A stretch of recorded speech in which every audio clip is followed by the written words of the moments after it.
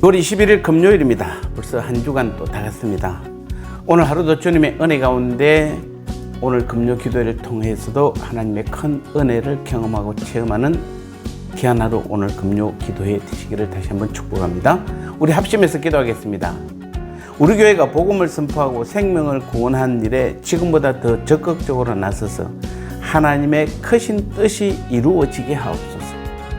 이번 주 헌신 예배 드리는 교사들과 청년들이 자신을 비우고 주님만 평생 의지하게 하시고 강사 탁동현 태국 선교사님께 성령의 이끄심이 함께 하옵소서. 두 가지 기도 제목으로 간절히 기도하겠습니다.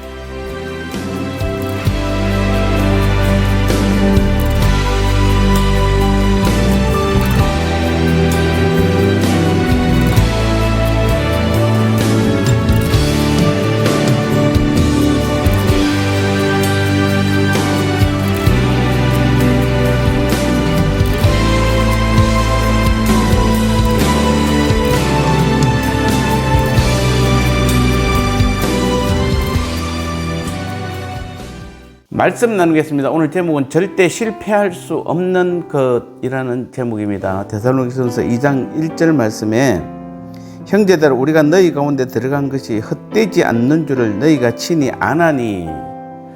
우리 하나님의 말씀에는 헛됨이 없습니다. 오늘 1절을 보니까 형제들아 우리가 너희 가운데 들어감이 헛되지 않는 줄을 너희가 친히 안다, 이렇게 말하고 있습니다. 자, 이 말은 데살로니가에서의 바울의 복음 전파 사역이 실패로 돌아가지 아니하고 그 열매를 맺었다는 말입니다.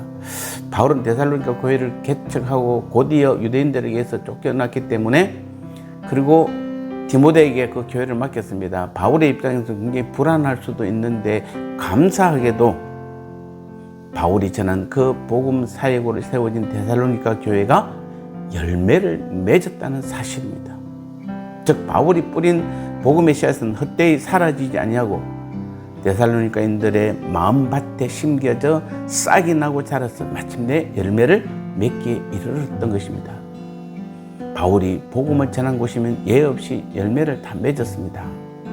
자, 이 사실이 우리에게 보여주는 것은 바로 복음의 씨앗은 뿌려지면 믿음의 열매를 맺는다는 것입니다. 그 이유가 무엇이겠습니까? 곧 하나님의 말씀에는 그 자체의 생명력이 있고 운동력이 있기 때문입니다. 그것은 아무리 척박한 환경에 뿌려져도 반드시 열매를 맺습니다.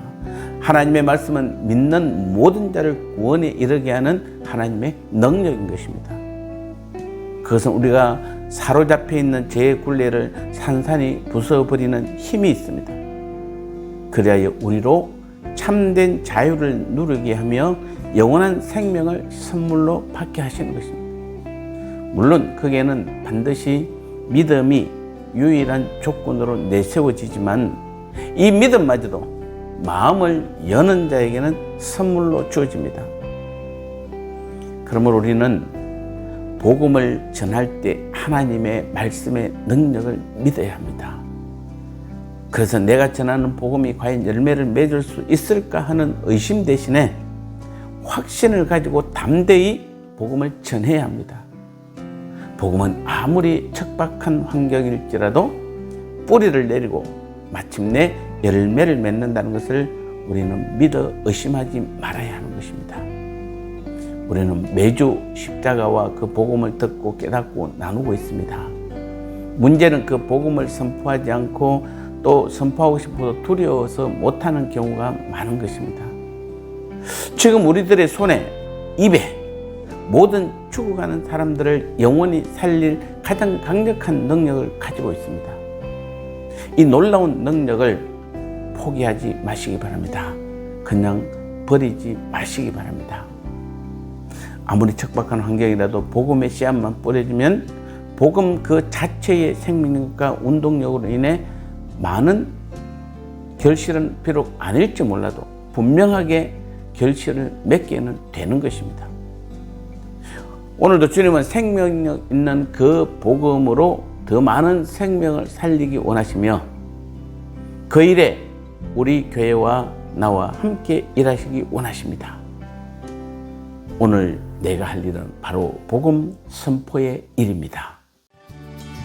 나눔의 시간입니다. 복음의 씨앗은 뿌려지면 반드시 믿음의 열매를 맺는데 그 이유가 어디에 있을까요?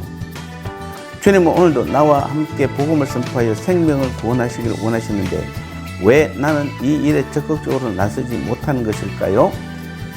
우리 셀별로 서로 나누기 원합니다.